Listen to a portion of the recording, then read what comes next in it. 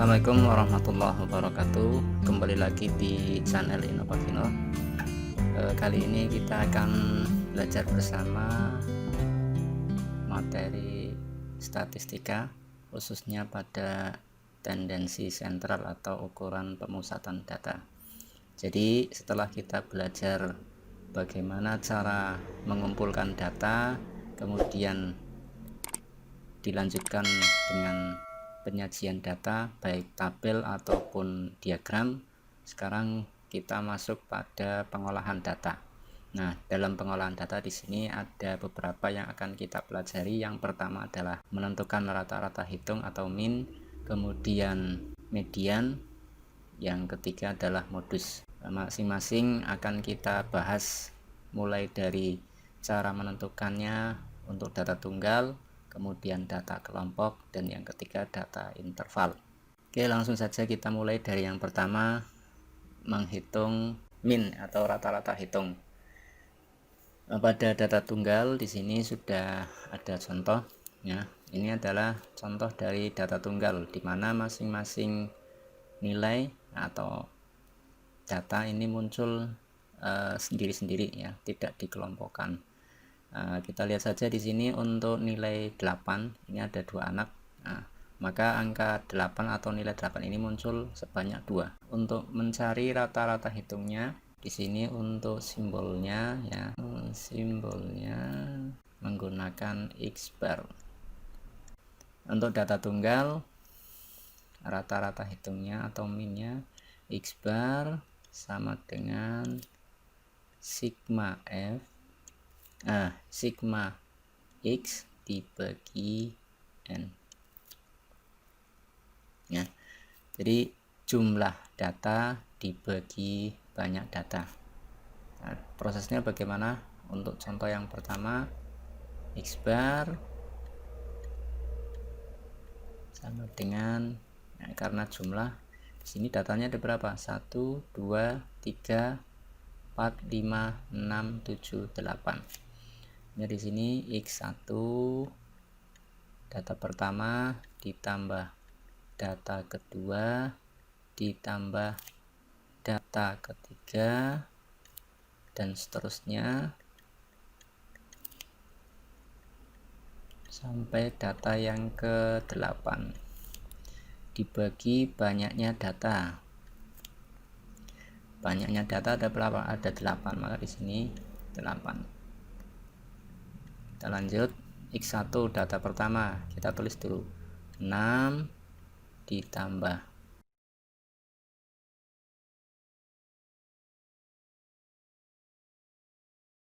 nah ini rata-rata hitung untuk data yang pertama yang ada yang ini ya adalah 7. Jadi untuk data tunggal mudah saja, dan ini saya yakin sudah dipelajari di tingkat SMP. Kita hanya mengulas pintas karena fokus kita untuk tingkat SMK ya, yaitu pada rata-rata hitung data bergolong atau data interval.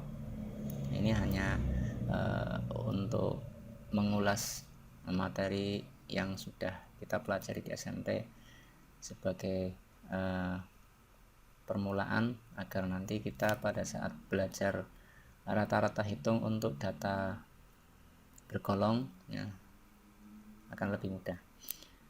Oke, untuk data tunggal ya mudah saja. Kita lanjut pada data kelompok. Nah, untuk data kelompok ya seperti yang sudah saya jelaskan tadi bahwa pada data kelompok berbeda dengan data tunggal. Nah, jika ada data yang sama sudah dikelompokkan menjadi satu dan ada banyaknya data yang cukup ditulis dengan frekuensinya. Nah, ini artinya untuk pada contoh ya. Di sini ada sebuah data dari 40 siswa yang mengikuti ulangan matematika didapat data sebagai berikut, tentukan rata-rata hitungnya. Jadi di sini X adalah datanya atau nilainya dan F adalah banyaknya nilai. Artinya ini ada nilai 4 sebanyak 5 anak. ini sudah dikelompokkan jadi satu yang bernilai 4, dikumpulkan kemudian ditulis jumlahnya atau banyaknya itu ada berapa. Nah di sini untuk nilai 5 ada 10 anak, yang bernilai 6 ada 12 anak. Ini sudah dikelompokkan menjadi satu untuk nilai yang sama. Nah, makanya di sini dinamakan data kelompok. Dan tabel ini yang dinamakan tabel distribusi frekuensi tunggal. Nah, bagaimana cara menghitung rata-ratanya? Nah, untuk menghitung rata-ratanya, X bar ya, rumusnya ya, X bar sama dengan, nah, karena di sini ada frekuensinya, berarti kita kalikan ya, frekuensi atau data dikali frekuensi. Nah, jumlah ya, semuanya kemudian dijumlahkan dibagi jumlah frekuensi. Nah, untuk pengolahannya ya, biar tidak rumit ya, di sini sudah ada, kita buatkan satu kolom ya. Kalau misalkan pada soal tidak ada, kita buat sendiri satu kolom di sebelahnya untuk menentukan data dikali frekuensi ya. Ini dikali. Nah, sekarang kita hitung. Berarti X kali F 4 dikali 5. Di sini 20. Kemudian 5 kali 10 50. 6 kali 12 72. 7 kali 8 56. Kemudian 8 kali 3 24. 9 kali 2 18. Kita hitung totalnya. 20 9 16 21 24 240. Nah, seperti ini. Kemudian setelah kita hitung banyaknya data dikali frekuensi ya, kemudian kita jumlahkan totalnya. Nah, nanti tinggal kita masukkan ke rumus. Sigma X dikali F, jumlah dari data dikali frekuensi, berarti yang ini ya. Tinggal kita tulis ya, jumlahnya berarti di sini 240 dibagi frekuensinya, jumlah totalnya berapa ini ya. Ini untuk jumlah frekuensinya 40. Nah, tinggal kita bagi. Nah, ini coret 24 dibagi 4, kita dapatkan nilainya adalah rata-ratanya adalah 6. Baik, kita lanjut pada data interval atau data bergolong. Nah, di sebelah kanan di sini ya, ini sudah ada sebuah contoh ya, data bergolong, dimana pada untuk datanya sendiri ya, ini dalam hal ini adalah upah. Di sini ada interval atau bergolong dari 75 sampai 79, kemudian 80 sampai 84. Ini adalah yang dinamakan dengan data bergolong. Nah, tabelnya sendiri dinamakan tabel distribusi frekuensi berkelompok. Nah, untuk menentukan rata-ratanya, di sini ada 3 rumus yang bisa kita gunakan. Yang pertama menggunakan rumus kasar.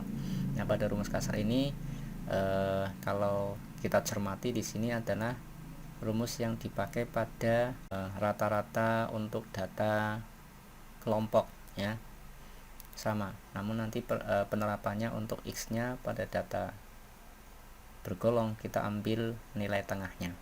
Kemudian yang kedua di sini adalah rumus coding ya, di sini X bar sama dengan X0 plus P dikali sigma F dikali C dibagi sigma F. Untuk X0, nah X0 ini adalah rata-rata sementara atau rata-rata perkaan ya. rata-rata sementara. Nah, kemudian P adalah panjang kelas, kemudian C ini konstanta ya,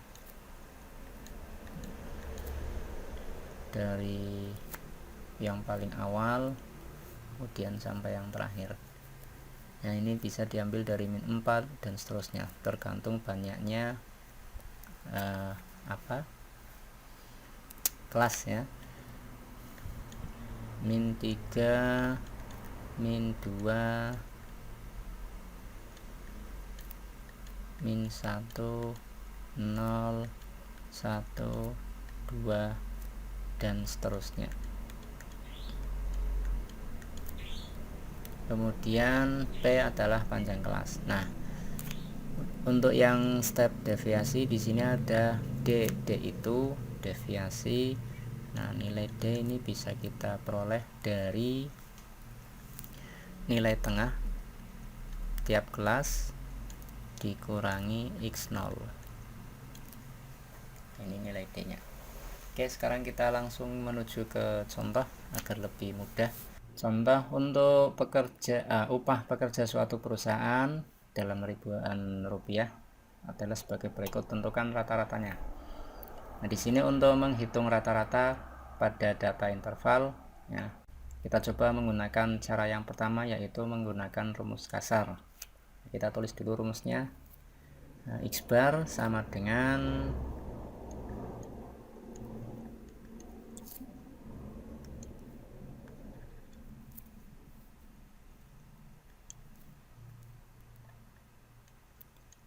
X bar sama dengan sigma F dikali X dibagi sigma F. Nah, sekarang kita lihat pada tabel di sini X-nya belum ada. Nah, kita tentukan dulu X. X itu apa? X itu bisa kita ambil dari nilai tengah dari tiap-tiap interval. Jadi di sini biar lebih mudah kita buat kolom di sebelahnya. Nah, penggarisnya rapi sekali ya. Nah, kita cari dulu X atau XT boleh. Nah, X nilai tengahnya 75 sampai 79, kita ambil nilai tengahnya 75, 76, 77 ya. Kemudian 8, 2, 102, 107. Kemudian setelah kita dapatkan X nya ya, kita lihat di rumus di sini F dikali X. Kita cari F kali X dulu. F dikali X ya, berarti F kali X 2 dikali 7, 7, 154. Oke, saya percepat.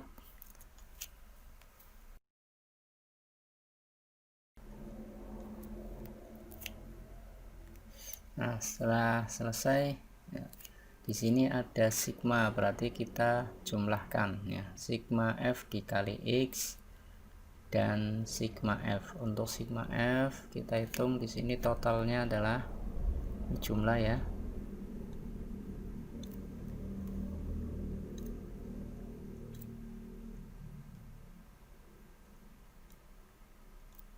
Sini totalnya adalah 40. Kemudian untuk F dikali X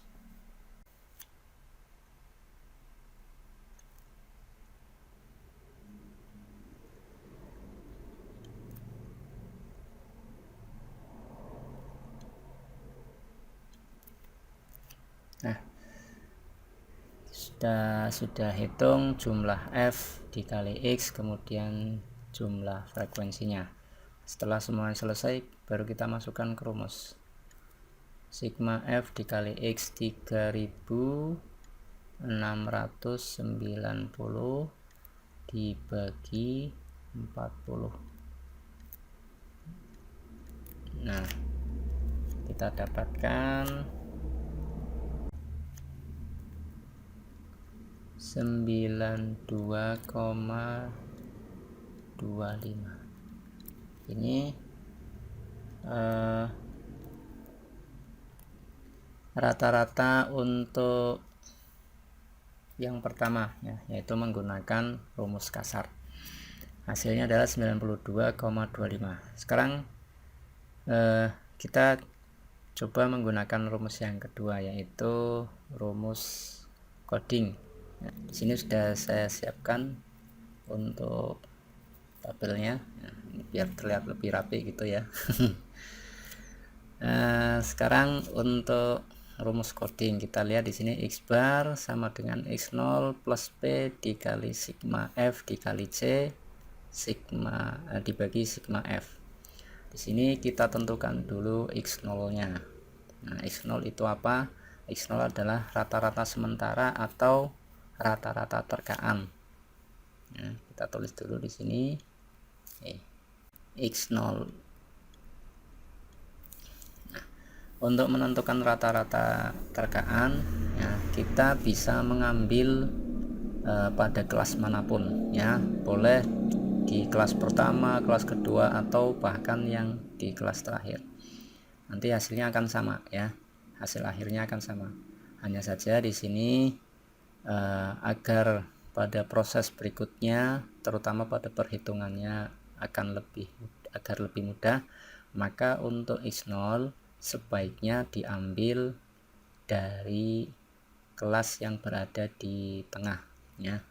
Di sini ada berapa kelas ini? 1, 2, 3, 4, 5, 6, 7. Maka untuk x0-nya atau rata-rata sementara kita ambil dari sini, ya, dari kelas yang ada di tengah. Nah, kalau misalkan banyaknya kelas ini genap, bagaimana? Ya, jika memang genap, ya, misalkan tidak bisa di tengah, ya kita ambil kelas dengan frekuensi yang paling banyak, ya. Tujuannya apa? Agar rata-rata terkaan ini tidak melenceng jauh dari rata-rata aslinya, nah, sehingga nanti proses untuk perhitungan berikutnya mudah. Kalaupun kita ngambil di sini boleh, tapi nanti untuk perhitungannya angka-angkanya akan lebih besar. Karena apa? Rata-rata terkaan yang kita ambil itu jauh dari rata-rata aslinya, ya, seperti itu. Nanti maka untuk proses perhitungan berikutnya, angka-angka yang kita hadapi nanti akan lebih besar. Berbeda kalau kita rata-rata terkaannya mendekati rata-rata aslinya. Nah, biasanya rata-rata asli itu berada kurang lebih di tengah. Kalaupun tidak, ya yang berfrekuensi banyak atau besar. Nah, di sini kebetulan yang frekuensinya besar ada di kelas yang ada di tengah, ya. Jadi kita ambil x0-nya yang ini. Nah, x0 ini berarti nilai tengah dari 90 sampai 94.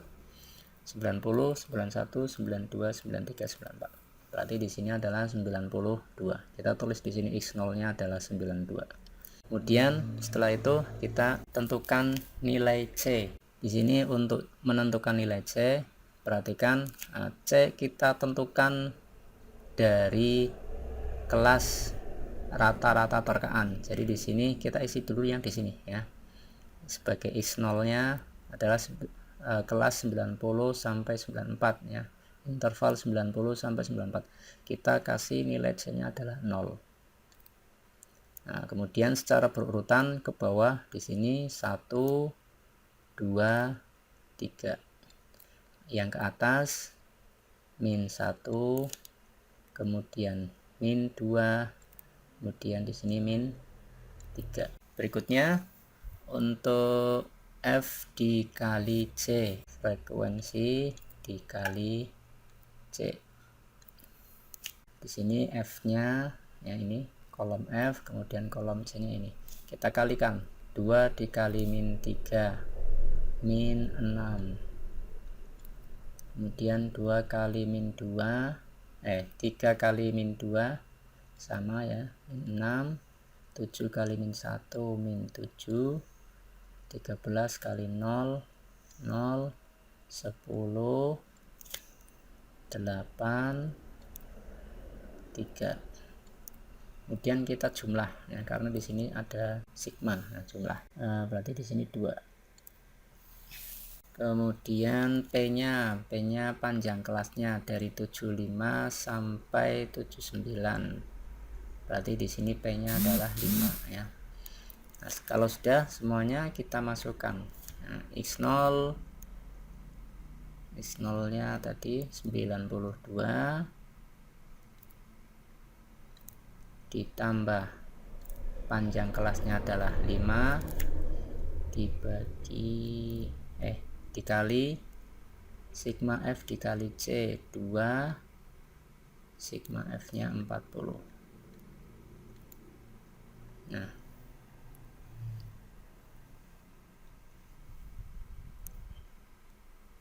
kemudian kita hitung.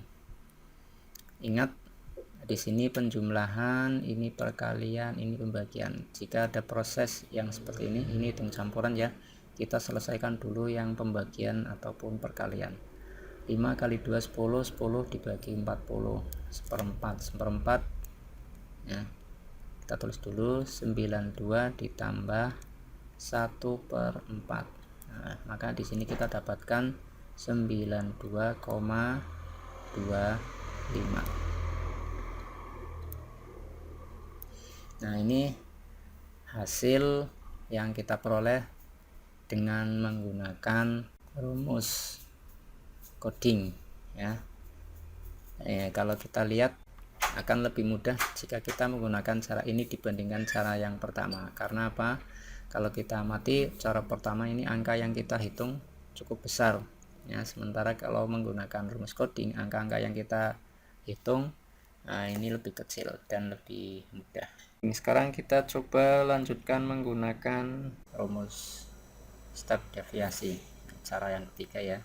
Step deviasi ya, masih sama ya, kita gunakan kolom tambahan untuk proses perhitungan agar lebih mudah.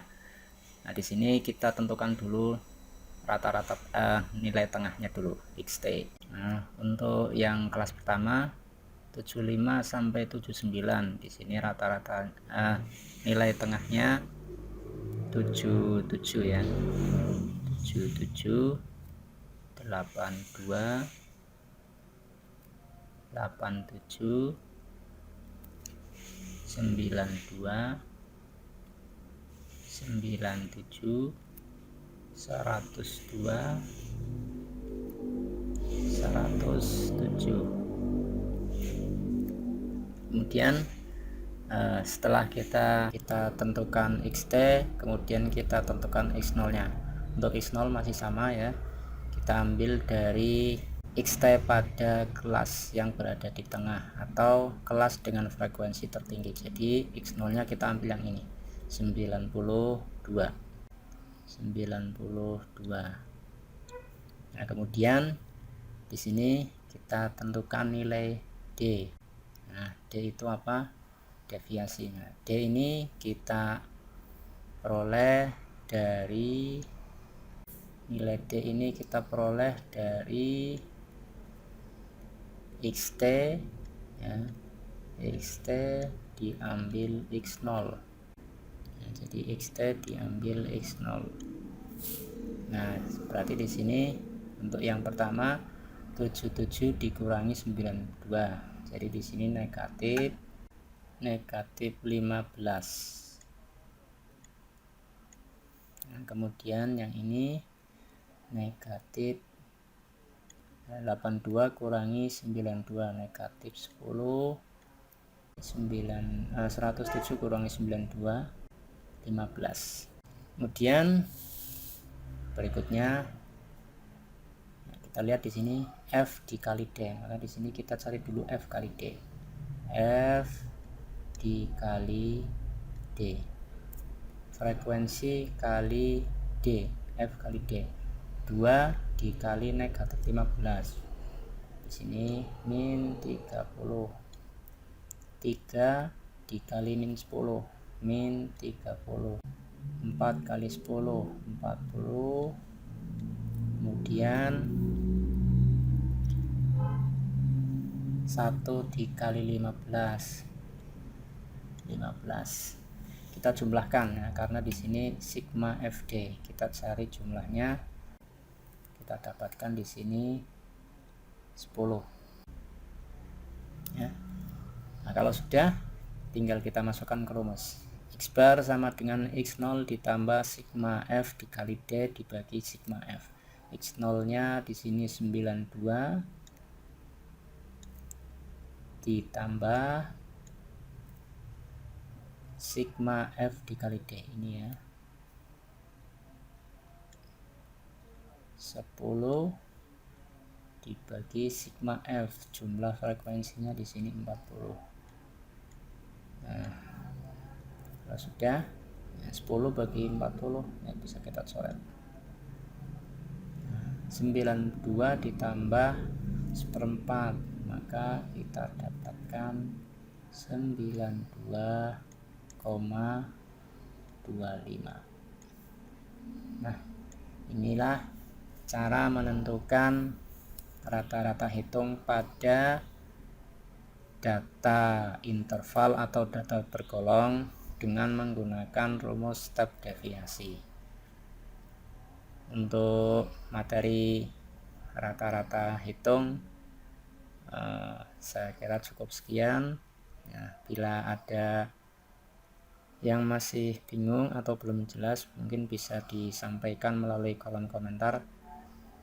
Dan jangan lupa bagi yang baru singgah di channel ini untuk mengklik tombol subscribe agar bisa terus mendapatkan update video-video terbaru. Terima kasih. Assalamualaikum warahmatullahi wabarakatuh.